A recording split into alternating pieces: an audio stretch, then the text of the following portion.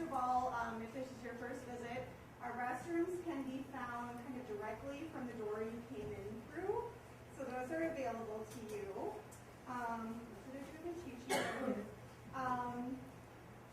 I have to say thank you for tonight's refreshments to Judy Yulberg. Judy, where are you? Okay, Judy, thank you. And also to Jane Considine. They provided tonight's refreshments. Feel free, if you haven't already, there's some lovely bars and cookies and some lemonade and other things. You'll notice, if you've joined us before, we're kind of a little more crammed in here than normal. As I alluded to during our last summer speaker series, we do have a traveling exhibit with us this month. So these displays that you see around you are on loan from the Washington, D.C. office of the organization that owns and manages the agency house. And this is the National Society of the Colonial Dames of America. Kind of a mouthful, people know them as the Dames. But they're a group of women that are really pioneers in the field of historic preservation. So these are some of their stories that you'll see here. And we have a few of these left. They're on the table as you're leaving this room. This is a nice accompaniment to the display. So if any of you have a particular interest, please accept these with our compliments. Let's see, it's amazing how quickly our summer seems to be passing us by. This is our second to last speaker in our speaker series. We'll have one more in September. James Leary is coming. This will be a little bit different of a topic. He's talking about music. And he's the author of a book called Folk Songs of Another America. And so it'll be a very sensory-rich experience. He's going to be playing music and such during his presentation, so that should be fun. If you are not already on our mailing list and want to be, I promise I don't spam too often, there is a sign-up sheet that I'll put back just as you're leaving. And, emails are great. I just, those of you that are on the list can vouch for, hopefully you can vouch for me not spamming. I just kind of let you know when we have events and what's going on here. So please be sure to do that. And I think that's it for housekeeping. So without further ado, I want to give a brief introduction of tonight's speaker. Her name is Mary Elise Antoine. She was born and raised in Prairie du Chien. She holds a BA from Marquette University in history and an MA from State University of New York. And I'm embarrassed. Oneonta, is that how you say it? Oneonta. Oneonta, thank you. The Cooperstown Graduate Program in History Museum Studies.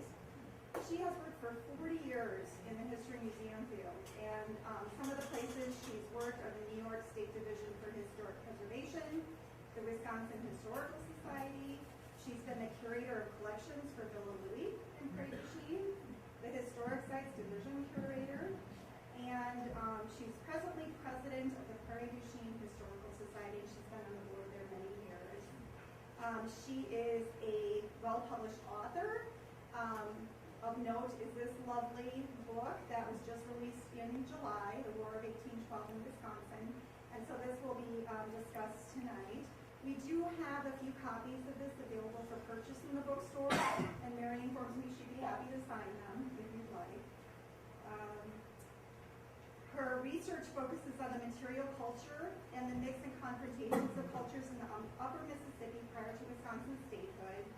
She lives in a restored French-Canadian house in Prairie du Chien. Sounds lovely.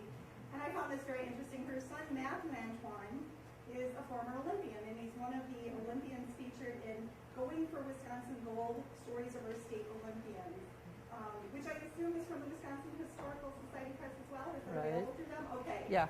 And that book is by Jesse Garcia. So Mary, welcome. Thank you.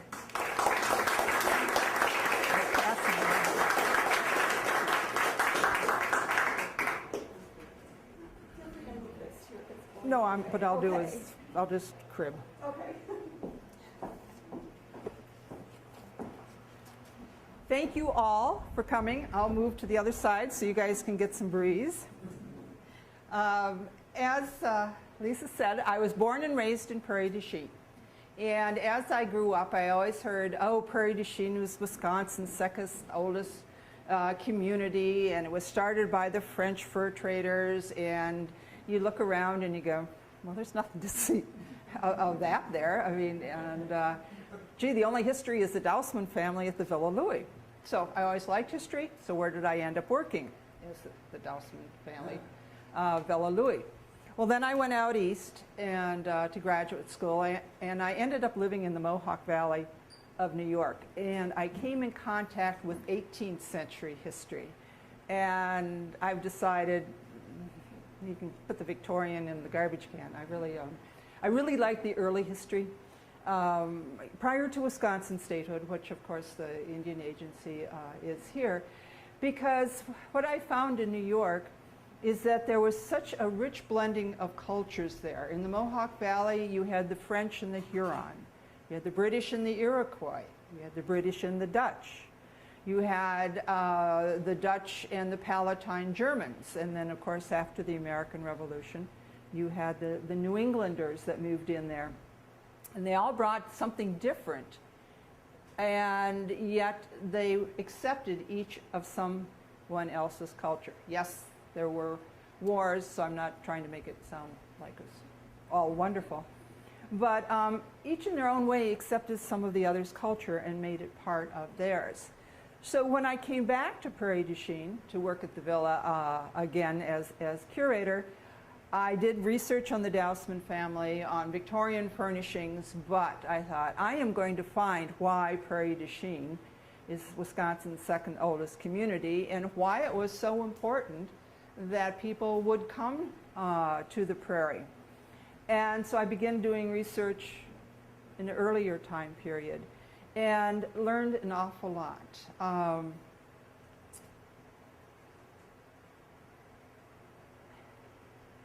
It's with the arrows, left and right. Nope. Those arrows. Yep, those arrows. There you go.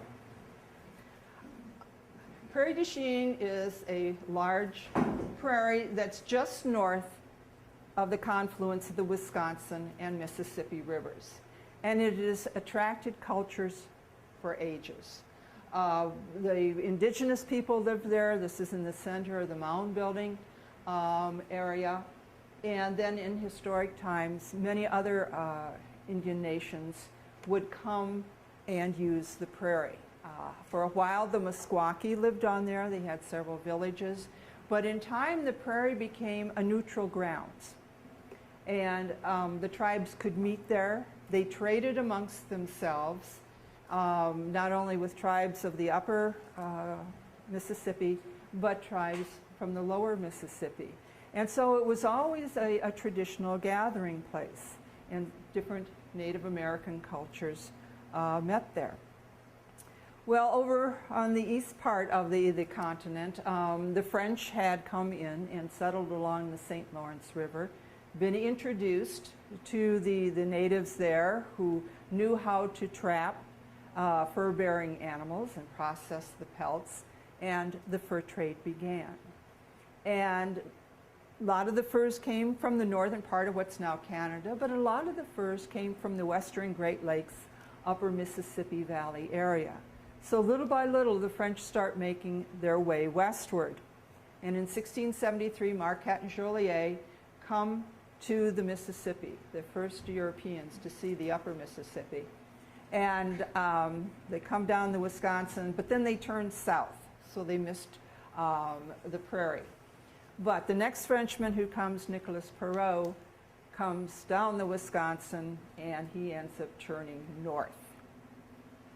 And Nicholas Perrault is one of the first Frenchmen, and many, many follow him afterwards, that come down from Michilimackinac into Green Bay, and then the Fox, Wisconsin waterway over to the Mississippi. And Perrault builds Fort St. Nicholas at this end. There's Fort St. Francis Xavier at the end of Green Bay, and then other Frenchmen after him build more forts. Fort McHugh, and all the way up and down the upper Mississippi. And the French engage in the fur trade with the native peoples that are there. And again, the prairie is used as a gathering place. Each spring, the French come to the prairie. They organize their trade goods into different packs and then move up the river, waiting for the wintering grounds. And then come fall, they do it again. So the prairie is constantly used, and this is where the French and the natives of the upper Mississippi come in contact. Well, there are two very powerful tribes along the Fox-Wisconsin waterway. One are the Meskwaki, or the Fox, and the other are their neighbors, the Winnebago. And I end up using 19th century terms just because I work and research in the 19th century. And the French are up here in Canada, the Indians are here, the Furs are up in the Sioux and Ojibwa country, and the Fox and the Winnebago are the middlemen. They get the furs from the more western tribes and take the furs to the French. Well, the French want to get rid of the middlemen, and so what occurs are the Fox Wars, and which basically decimates the Fox or the Meskwaki, and they have to band with the Sauk to have any type of power at all. The Winnebago become a bit more pragmatic and say, okay, we'll engage in the trade that way. And so the prairie continues to be a neutral trading area.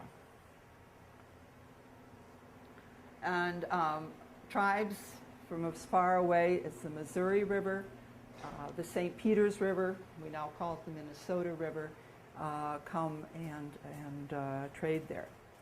Well, so again, we have a blending of cultures of the French and the Indians. And there's a really good book out called The Middle Ground by Richard White. And it talks about when the French meet the native peoples of North America and they want to engage in the trade. They have no desire outside of, a few problems with the Fox to make this as a form of hostile engagement. And so each culture, the French and the Indians, work and create a middle ground where each accepts some of the other culture into their own. The Indians use the trade goods, the French use some of the Indian skills within their livelihood. And so a middle ground is reached, and the fur trade is a partnership. The Indians are equal to the French. So the supposition is, okay, French settlement will move into the what's now Wisconsin. Well, you have the French and Indian War, and it doesn't. And the French lose almost all of their land in North America. And the British then take over the fur trade. And the British decide they're not going to do it the way the French did. They're going to do it on their own level. They're going to dictate what prices are. They're going to make the Indians come to their trading posts, and they're not going to give out presents. Gift giving is very much a part of the Indian culture, and that was something that the French adapted to. Before they began the trade, they gave presents. And the presents that they gave to the chiefs then shared with their clan, their group, their family. And when the British started, they weren't going to do this. Well, you have Pontiac's uprising, and the British learned quite quickly that if you're going to engage in the fur trade, you're going to do it the way the French did. And so the trade continues on, again, as a partnership, equal partners between the British and the Indians. Okay. During this time period then, when what's now Wisconsin is under British control, the first permanent settlements start in the area. Prairie de Chien, 3 small villages are established at Prairie de Chien. The people who settle here are French-speaking people from Canada and also from the Illinois country, Kaskaskia, Cahokia. So you have French-speaking people there. Some of them have married Native American women. You also have British Canadians that come and settle at Prairie du Chien, and most of them are of Scots heritage. They aren't so much English as they are Scotsmen. And so in the 1770s, Prairie du Chien becomes a permanent settlement. The other permanent settlement is at the beginning of the Fox, Wisconsin waterway, at the mouth of the Fox River, and it's called La Bay. And again, the people who settle at La Bay are French-speaking people out of Canada, many of whom have married Native American women, and also some other English-speaking Canadians come. Not so much the Scots. The Scots seem to stay at Prairie du Chien, but you have people like John Law and his family, and Jacob Franks. So you have two permanent settlements, and this is about the time that the battle for Prairie du Chien begins. When I first started this book, I thought, well, I'll write about the Battle of Prairie du Chien. And as I started doing research, I said, no, it's not 4 days in July. It's a battle for Prairie du Chien that goes on for many, many years. And that battle begins very much in the 1770s. And Prairie du Chien, La Bay are settled 1760s, 1770s. But over on the East Coast, there's a lot of different things going on. You have these 13 colonies. They helped the British in the French and Indian War. And the French and Indian War was fought very much for Britain to gain territory up in Canada and also east or west of the Appalachian Mountains. And a lot of the colonials helped them with that. Well, with Pontiac's uprising, the British realized that if you're going to stay in the fur trade, you can't let white settlement occur where the Indian peoples live, because that would be the end of the trade. And so the British created a proclamation of 1763, and they drew a line along the top of the Appalachian Mountains, and they said there's no settlement west. That's all Indian country. And the French and Indian War was very expensive, and so the British start putting taxes on these colonies, and you get the no taxation without representation, and leads to the Intolerable Acts. And then probably the straw that broke the camel's back was what was called the Quebec Act. And you have to realize that most of these colonists were white Anglo-Saxon Protestants. And up in Quebec, you had a lot of Catholics. And Britain passes a law that allows the Catholics to practice their religion freely. And this, again, is upsetting to the colonists. So the American Revolution begins. So one of the causes of the American Revolution is what's happening here, where we are. The acquisition of this land by Britain, the cost behind it, and the fact that Britain wants to keep this Indian territory. They don't want white settlement in that. And so the revolution is fought. Of course, the 13 colonies win, and they gain all of the land from the Atlantic seaboard to the Mississippi River, and they create what's called the Northwest Territory out of that, of which we are part. Okay. So this is now United States territory. The United States has to exert its control over all of this land that it's acquired west of the Appalachian Mountains. So territories are formed. Within the territories, people are given commissions. Some are appointed justices of the peace. Some are appointed officers in the militia. And now at Prairie du Chien and Le Bay, you have residents who have American appointments. This is the appointment for Nicholas Bolvin at Prairie du Chien for Justice of the Peace, and he in time becomes the United States Indian agent. So you have Americans at both of these two communities, especially at Prairie du Chien, because they consider Prairie du Chien more important.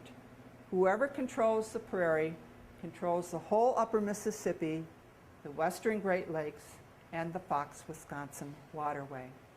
And so you have residents at Prairie du Chien that are justices of the peace and are officers in the Illinois militia. Next one. But you also have people at Prairie du Chien and Le Bay who are engaged in the fur trade, and they get their trade goods from British trading houses in Montreal. When they trade the goods for the pelts, they send them back up to Montreal. So you have British at both Le Bay and Prairie du Chien that are engaged in the British fur trade. And yet it's United States territory. And the United States has a real hard time controlling the Northwest Territory because after the American Revolution, they basically disband the army. The belief is that strong armies create despots, monarchs, just fought against that, so they disband the entire army. So there's no way for the United States to enforce its control of what's now Wisconsin and Michigan especially. And the Canadians walk into that void. And in fact, they declare what's now Michigan and part of Minnesota and Wisconsin, a little bit of northern Illinois, Indian country. And they very freely engage in the fur trade there. So here in the 1770s, 1780s, 1790s, you've got both Americans and British living in both of the communities. And throughout the whole territory, you have all of the various indigenous people. And a lot of them, the Ottawa, Potawatomi, Kickapoo, Ojibwa, relate to the British fort here right across from Detroit. The other ones relate very much to the British that are located at Mackinac Island and then way up in Thunder Bay. And they are constantly trading with the British. A lot of the people of European ancestry have married into the tribes. And even though there is an American Indian agent at Prairie du Chien, Nicholas Bolvin, one of the chiefs talk to him and they say, you want us to be American, but we find that our English father takes care of us and he does not want our land. And so this is a big concern. Okay, next one. And of all of the tribes in what's now Wisconsin, this concern is the greatest to the Winnebago, who are living along the Fox River. Why we have Lake Winnebago. Okay, next one. And then they are also living along the Wisconsin River and as far south as the Rock River in Illinois, what's now Illinois. And of all of the tribes in what's now Wisconsin, the Winnebago have had the greatest contact with Americans coming from the east. And this contact occurs especially in southwestern Wisconsin. And because Tecumseh, a Shawnee chief who lives in the Ohio area, has decided that the only way that the Indian nations can be strong is if they all work together and form a confederacy. And that way, the The United States can't work with one tribe and then work with another and work with another. He says if we all are united, we will be strong. And his message resonates with the Winnebago. And they create a community. The largest town is called Prophetstown. And Winnebago moved from what's now Wisconsin to Prophetstown to be part of Tecumseh's Confederacy. And one of the reasons they do this is because of the mining area of southwestern Wisconsin, northern Illinois. That is Winnebago traditional lands. And of course, in this area are all the rich lead mines. And from the end of the American Revolution on, there's constant problems with white people from Missouri coming in and mining lead on Winnebago lands. And the Winnebago have mined that lead. In fact, they have ever used it as a trade item to engage in the fur trade. And so the Winnebago are the ones that are coming in contact most with Americans who are trying to come onto their lands. And that's why they follow Tecumseh, the Shawnee leader. Well, that all comes to a head at the Battle of Tippecanoe in 1811, when William Henry Harrison walks into Prophetstown and just literally wipes the town out, as many people as he can. And that includes some Winnebago. And the Winnebago come to the Indian agent at Prairie du Chien and say, your man, Harrison, is killing our people. So there is this conflict already long before the War of 1812. And not only is there the conflict with the Winnebago, but with other Indian nations. And there is a tremendous conflict going on between the United States and Great Britain over control of the seas, embargoes. And so the combination of British going on American ships and impressing sailors, creating embargoes or high taxation, and the fact that the British are still engaged in the fur trade with the Indians here in the Northwest Territory. In June of 1812, the United States declares war on Great Britain, and thus the beginning of the War of 1812. Okay, on to the next one. War starts, and the United States has a fort on Mackinac Island, and soon after the declaration of war, expedition is put together, and it's composed of people from Prairie du Chien, people from La Bay, British soldiers, and the Indian tribes of what are now Wisconsin. And they come to Mackinac Island, they attack the island and capture it. They always called it Michilimackinac. And so Mackinac Island immediately falls into British hands, and it becomes the headquarters for anything that goes on in what's now Wisconsin and Michigan during the War of 1812. So when I put together my book, I tried to look at the War of 1812 from the point of view of those residing in the territory. The Americans, the French-speaking people, the Canadians, and all of the indigenous people. Why did they do what they did? Why did they take a side? Some supporting the Americans, the majority supporting the British, and some of the residents even becoming officers in the British Indian Department. I also looked at the position of the United States government in relationship to this area.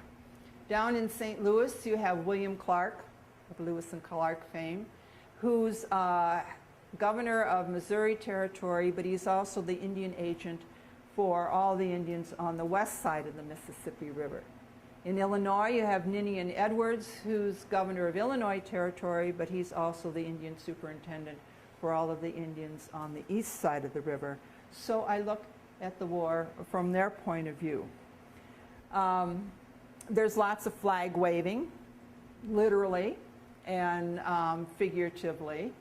But my question always was, were the positions that they took for political reasons, or were they for economic reasons? And the answer is very complicated, based upon politics, economy, personal animosity, and also familial relationships. But again, it's a wonderful example of the culture of the area. You want to plug in? Okay. So the battle for Prairie du Chien began long before 1812. And it continues through what's called the War of 1812 and beyond.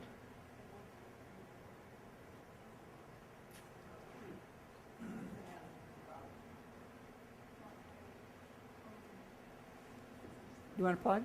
Yeah, they're plugged in. We're thinking one of our outlets must not work.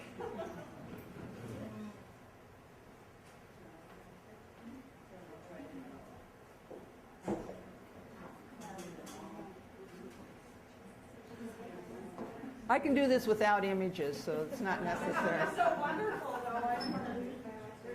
I apologize. I just want to say for any more switches.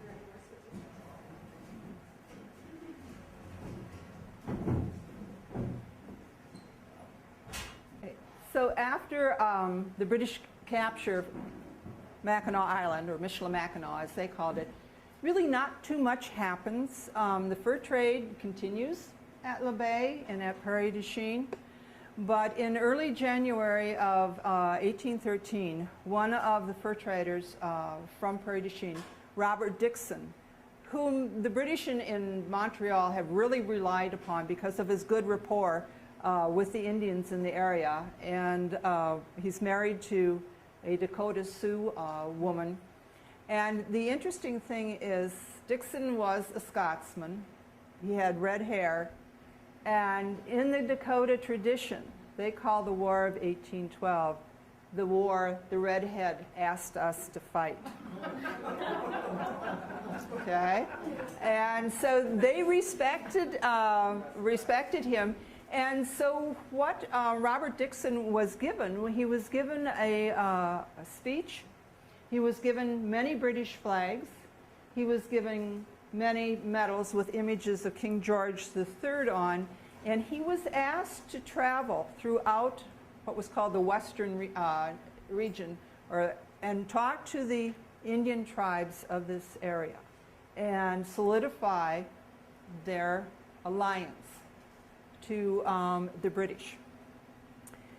13 canoes full of goods came along with him, and so as he spoke, he promised them that their father in Montreal would always take care of them, because if the Indians started fighting for the British, they could not go on their winter hunts, tend fields, and so they would be without a lot of provisions. So the British wanted to make sure that they had the provisions that were needed. And so he went traveling, and he visited all the tribes that are now in what's Michigan and Wisconsin, part of Minnesota, and northern Illinois. This flag and the medals still exist. They're owned by the Minnesota Historical Society, and they're ones that were given to the Grand Portage Band of Ojibwa. The Winnebago were also given a British flag. And this is one of Van Scoyck's pictures of the Ho-Chunk Nation that were taken, that's part of the Historical Society collection. And flying over is the British flag. And I do know a member of the Thunder clan. I said, "Is this flag still in existence?" And he said, "Yes, it is. It's part of their war bundle." And so they keep the British flag in their war bundle, and so it still exists. And so almost unanimously, Robert Dixon got the support of the Indians to ally themselves with the British. And again, the reason behind it was very much economic and personal. The United States had tipped its hand in the Ohio Valley with these treaties taking away Indian lands, the killing at Prophetstown, the Battle of Tippecanoe, and the Indians knew. They wanted to keep their land, their whatever. They had to fight with the British. We're going to keep on going. Okay. So, Robert Dixon is not liked by William Clark at all. William Clark's down in St. Louis.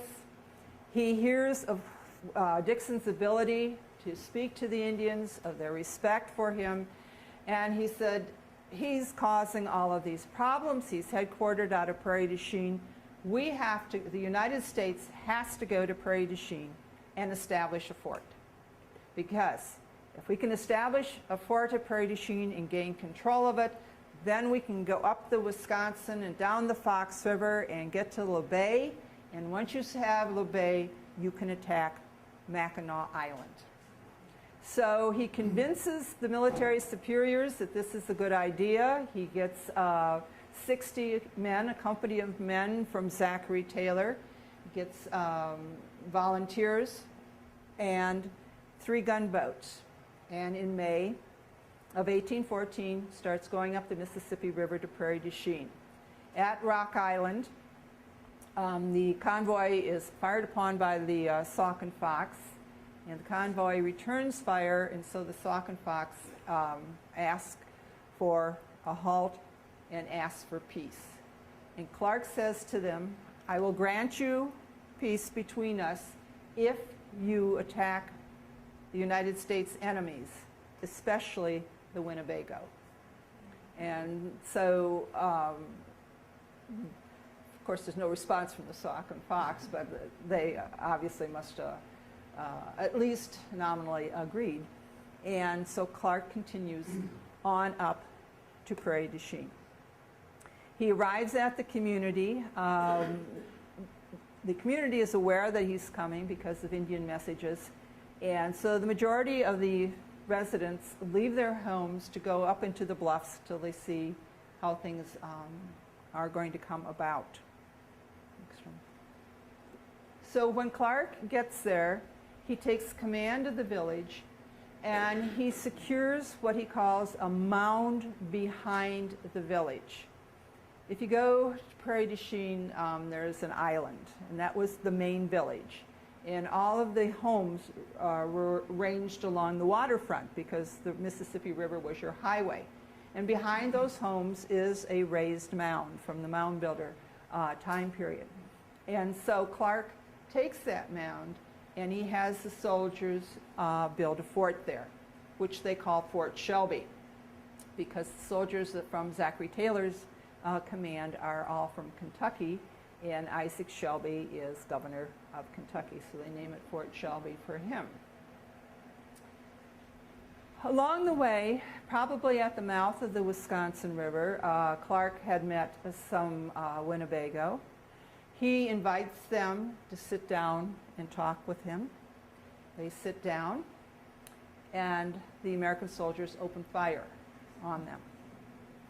When Clark gets to Prairie du Chien, there are some more Winnebago there. Again, he invites them to meet with them. He puts them in a small log structure, and the soldiers fire on them in the log structure. And several of them are killed in both instances. So as Clark is building his fort, and this has gone on, some of the residents of Prairie du Chien have left the community, and they have gone up the Fox Wisconsin River to Mackinac Island, where the British are, and said, you know, the Americans have built this fort at Prairie du Chien. Several days later, Tête de Chien, who is a Winnebago chief, arrives at Mackinac Island, and he talks not only about the fort, but the atrocities that have been committed. And there's a tremendous amount of Indians gathered there on Mackinac Island to help celebrate King George III's birthday. And when they hear the stories from Prairie du Chien, they get quite upset, and they ask the British commander for help. Okay. Lieutenant Colonel McDowell is in charge of Mackinac Island and the military commander for the whole Western theater. And McDowell cannot really let any of his soldiers go to Prairie du Chien. So he says, all right, we'll put together an expedition if all of you will join us. And these are Winnebago, Chippewa, and Sioux and Ottawa that are gathered on the island. And they agreed to do so. Next one. And one of the Winnebago chiefs that is there is Karamani. And he said, we will go, but we have two favors we ask of you, Colonel. One is that you give us a cannon to fire on the Americans. And the second one is that you give us one of your fathers as our leader. And by that he means one of the main traders, British fur traders. And McDowell agrees. He gives them a 3-pound cannon, and he appoints a leader that they're all familiar with. And this is William Mackay. And he appoints him a lieutenant colonel. So Mackay is going to lead the expedition. It's going to include a tremendous amount of Indians from the area. And he also appoints 3 other fur traders, each to put together a company. From Prairie du Chien, he appoints Thomas Anderson, who's one of the fur traders. And Thomas Anderson puts together a company mainly made of voyageurs, men who are employed in the fur trade. The other man from Prairie du Chien is Joseph Rolette. He also puts together a company made up of his employees. And then from La Baye, Pierre Grignon puts together a company of Green Bay residents, one of whom is his nephew, Augustin Grignon. So you've got 3 companies of fur traders, voyageurs. Some speak French, some speak English.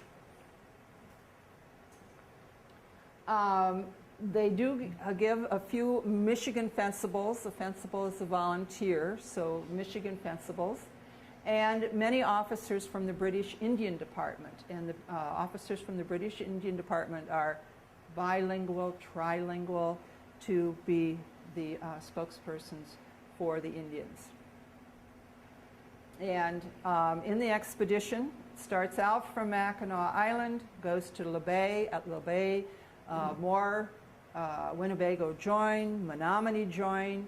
It continues, and here at the portage, Dakota Sioux join the expedition. And by the time the expedition arrives at Prairie du Chien, there's about 650 men. 150 of them are men, either Michigan fencibles or men from the fur trade, and 500 are Indian warriors. And so in July of 1814, they arrive at Prairie du Chien. They attack the fort.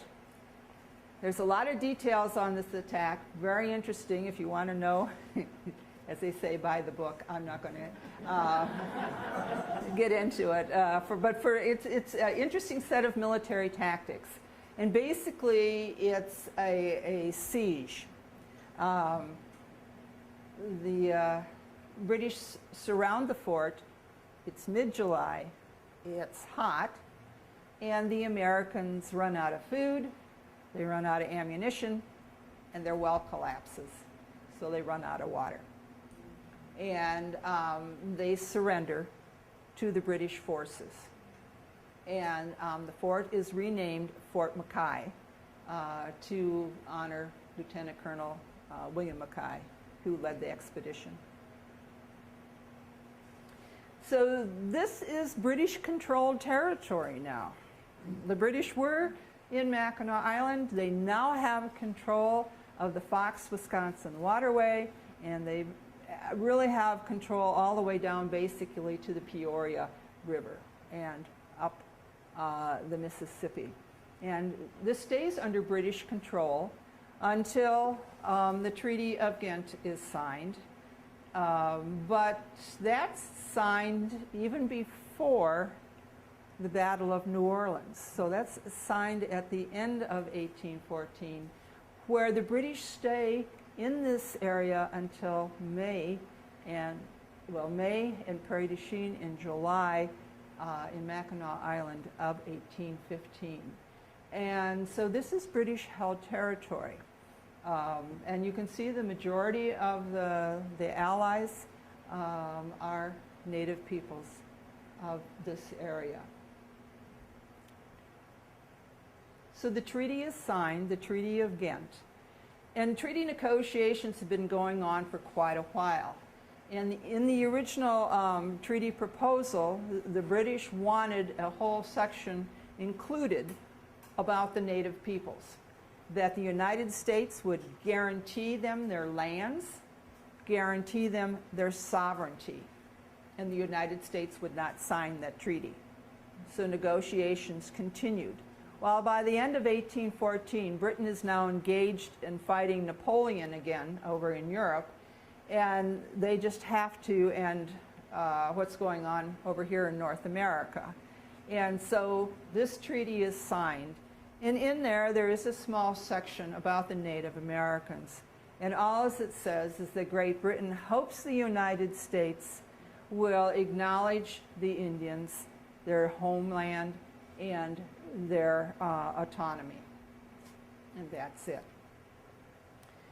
So politically, that's the end of the War of 1812. Supposedly, the United States now has control of all the lands, not only to the Mississippi River, but of course they've acquired Louisiana Purchase, so westward even further than that. But in reality, the United States still does not gain control of Prairie du Chien, the western Great Lakes, the upper Mississippi River, for quite a few more years. Do you want to turn the next one, please? And this all comes to a head under the Winnebago chief Redbird. Relationships between the United States and the Winnebago are not good after the War of 1812. Robert Dixon had said that the Winnebago were the most loyal of the Indian allies. And when the British left Prairie du Chien in the summer of 1815, they invited the Indians to visit them at Drummond Island, which is an island just above Mackinac Island, where the Lakes Huron and Michigan and Superior all come together. And the Winnebago do this. Each year, they come to visit the British up at Drummond Island. And the British are there to give them presents. And by this time, it's not just presents, it's things that they really need. McDowell, who was the British commander at Mackinac Island, becomes the British commander at Drummond Island. And he writes that he needs more, and he talks about one group of Winnebago, 400 Winnebago that come, and includes women and children, and they are destitute. They are without food. They are without clothing. And so the British continue to supply the Indians, not only at Drummond Island, but also at Fort Malden, which is right across from Detroit. And Black Hawk and the Sauk often visit the British at Fort Malden. So there is still a constant contact between the Indians of Wisconsin and the British. And it finally comes to a head in 1827 with the Winnebago Uprising. It's sort of, like a perfect storm. About 4 different reasons come together, and Redbird is told to try to get some justification for this. Well, of course, it doesn't work. And a series of treaties are held. 2 at Prairie du Chien, 1 at Rock Island, and also on Lake Winnebago. And the Winnebago have to cede their lands now in what's southwest Wisconsin and northern Illinois. And so it's really not until the 1830s that the United States finally gains control of Prairie du Chien and the upper Mississippi once the Winnebago have been removed from their lands. And so the battle for Prairie du Chien goes on for 50, 60 years. It's more than just 3 days in July of 1814. It's a long conflict. And after the treaties are signed, of course, you end up getting Fort Winnebago here at the portage. So, in a nutshell, that's what my book talks about. Thank you.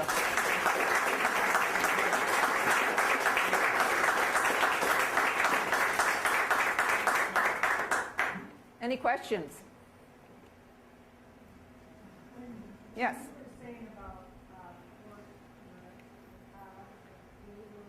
Yeah. So we know it as Fort Crawford. So when was that? Fort Crawford after, or? Right.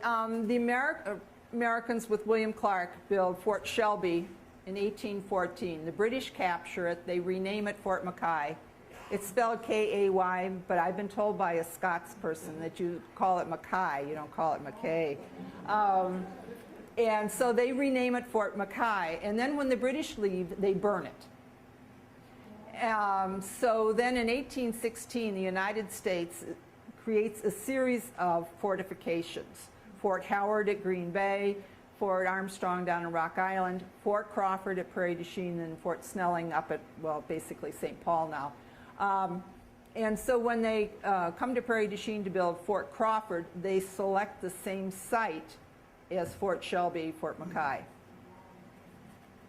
And the Villa Louis now stands on that site. Yes? Was there, after the battle, 1814, was there a lot of tension between the residents of Prairie du Chien? There was a contingent that sided with the Americans and a contingent that sided with the British? What's sort of interesting is that the French never write about themselves. So we have to take all the information that we get from English-speaking writers, be they American or Canadian. But as far as I've been able to determine, the residents sort of accept the situation. Their only complaints is that they are farmers and their food is drawn from an awful lot through the winter. It's a long, hard winter. And as far as we know, there's only one resident who speaks out against it, and he continues to speak out after the whole battle. But outside of that, no. And some of the residents were hired to go hunting, to find provisions for the troops in the fort too. So, yes. When did the Winnebago get removed from the land? It was done by the soldiers at Fort Crawford. They were literally rounded up and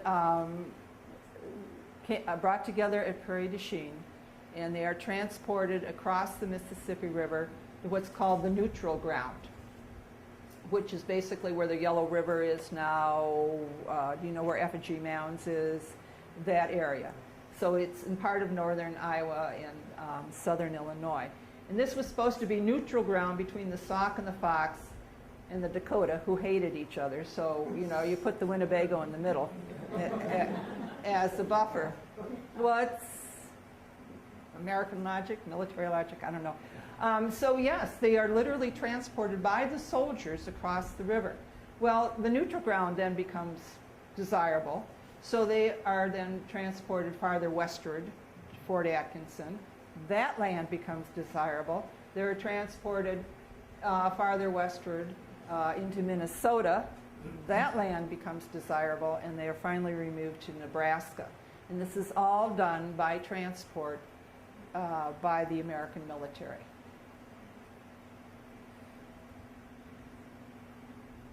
Yes? I just think it'd be really interesting to imagine what might have happened if the war had turned out opposite. It would be very interesting. Yes. The British had won. Yeah. Yeah. I mean, the War of 1812 is part of an international war, because the same time that the British are fighting here, they're fighting Napoleon, They're fighting down in the Caribbean. So we only sort of look at our little part of it, but in reality, the British were fighting in a large area. And there was always a worry as to whether the United States was going to side with Napoleon and give him supplies and stuff like that. So it's a much larger picture. Do you know how many Winnebago there was that was rounded up? I'm not too sure if there is. All the records of the Indian Department still exist, but most of them are still in their original state of handwritten. They have been microfilmed, and the logic of how they were microfilmed is totally beyond me. They were microfilmed alphabetically to the person to whom the report or the letter was addressed, not who wrote it. So if I wanted to know all of Indian Agent Street's correspondence, I couldn't look under S and get it. You have to go through the rolls of microfilm and pick them out. So it's very difficult to do. But the records do exist, yeah, on transportation. A lot of the Winnebago kept coming back to Wisconsin. You know, they'd relocate them and then they just sort of migrate their way back. And so the Winnebago today are split. You have some that are in Nebraska and they call themselves Winnebago. And then we have the Ho-Chunk here in Wisconsin. And there is no Ho-Chunk reservation. The Ho-Chunk that are here own their own land. Either through, the United States gave up after a while and just said, I'll just give them some land. Or else the Ho-Chunk have purchased land. So there is no reservation in Wisconsin.